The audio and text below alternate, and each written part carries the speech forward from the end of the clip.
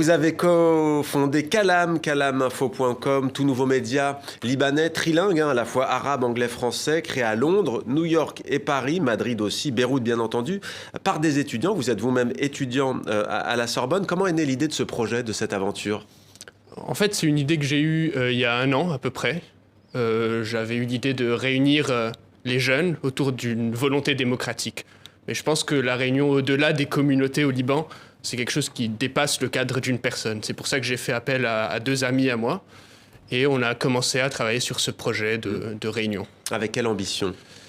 Alors, avec l'ambition justement de reposer les fondements de la démocratie. C'est pour ça qu'on ne sélectionne pas nos rédacteurs en fonction de leur orientation politique. On n'a pas de ligne éditoriale fixe. D'accord. Mais notre idée, c'est vraiment de construire un débat permanent, avec certainement des contradictions, mais des contradictions logiques. Et discuter plutôt posément, sans idéologie, sans égotisme aussi ?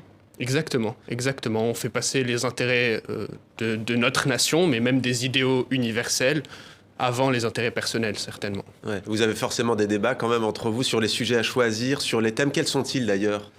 Alors, au niveau des thèmes, on essaie de trouver un équilibre entre une approche plus réflexive de l'actualité. On essaie de donner un regard nouveau, parce que la jeunesse, ce sont en quelque sorte les nouveaux entrants dans la société. Ouais.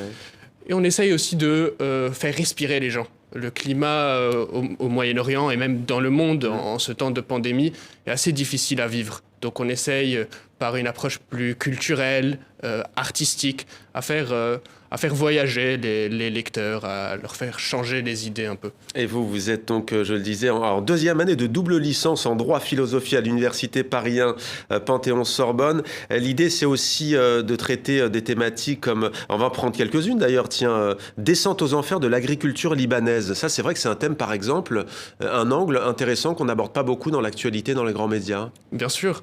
On a tendance, avec tout ce qui se passe dans l'actualité, à oublier les choses les plus évidentes du quotidien. Et je crois que l'agriculture, par exemple, c'est un thème que les gens dans la plaine de la Bekaa ou ailleurs aussi au Liban vivent quotidiennement, au-delà de la pandémie et de toutes les misères que la population connaît.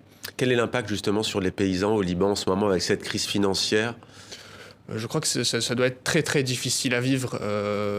Au Liban, une grande partie de l'économie se constitue des denrées que les paysans collectent, ou même que les marchands, au-delà des paysans, c'est aussi une vente pour se nourrir, pour subvenir à nos besoins élémentaires, et la crise passe par là, évidemment. Bienvenue dans The Hague de Beyrouth, un mot ?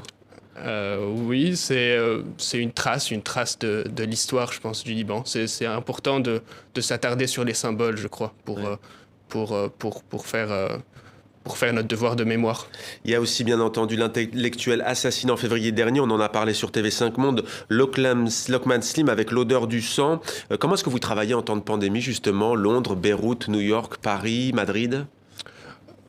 Le côté positif, c'est qu'on a commencé comme ça. Donc on a lancé le journal et on était déjà en ligne.